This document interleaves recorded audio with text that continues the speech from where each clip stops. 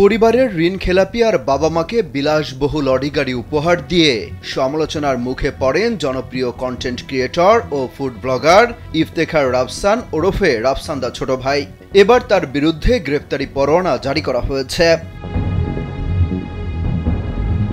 বৃহস্পতিবার বিশুদ্ধ খাদ্য আদালতের বিচারক আলাউল আকবর এই আদেশ দেন। অনুমোদনহীন ব্লু ড্রিঙ্কস বাজারজাত করার জন্য এই পরোয়ানা জারি করা হয়েছে। নিরাপদ খাদ্য কর্তৃপক্ষের ক্ষমতাপ্রাপ্ত খাদ্য পরিদর্শক মোহাম্মদ কামরুল হোসেন জানান, ব্লু ড্রিঙ্কসের কোনো অনুমোদন নেই, এমনকি ওষুধ প্রশাসনও জানে না এসব ওষুধ নাকি পানীয়। সেই প্রেক্ষিতে ইফতেখার রাফসানের বিরুদ্ধে গ্রেফতারি পরোয়ানা জারি করা হয়েছে। আমি রান্নায় মানহীন কোনো উপাদানের সাথে আপোষ করি না। নারী আর নানান আপোষহীন এক নাম।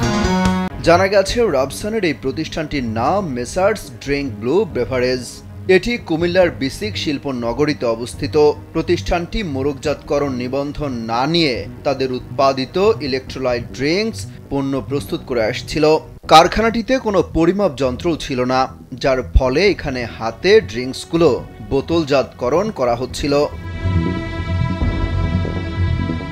এ সময় নিবন্ধন ছাড়াই মোড়কজাত ও বাজারজাত করায় ওজন ও পরিমাপ মানদণ্ড আইন 2018 এর 41 ধারায় 30,000 টাকা অর্থদণ্ড করেন ভ্রাম্যমাণ আদালত। অভিযানটি পরিচালনা করেন কুমিল্লার নির্বাহী ম্যাজিস্ট্রেট ও সিনিয়র সহকারী কমিশনার ফারহানা নাসরিন। প্রসিকিউটর হিসেবে দায়িত্ব পালন করেন বিএসটিআই কুমিল্লা অফিসের কর্মকর্তা আরিফউদ্দিন প্রিয়, পরিদর্শক এবং সার্বিক সহযোগিতা করেন ইকবাল আহমেদ, ফিল্ড অফিসার। এর আগে তার বাবার ঋণখেলাপির তথ্য উঠে আসে গণমাধ্যমে। এরপর শুরু হয় সমালোচনা।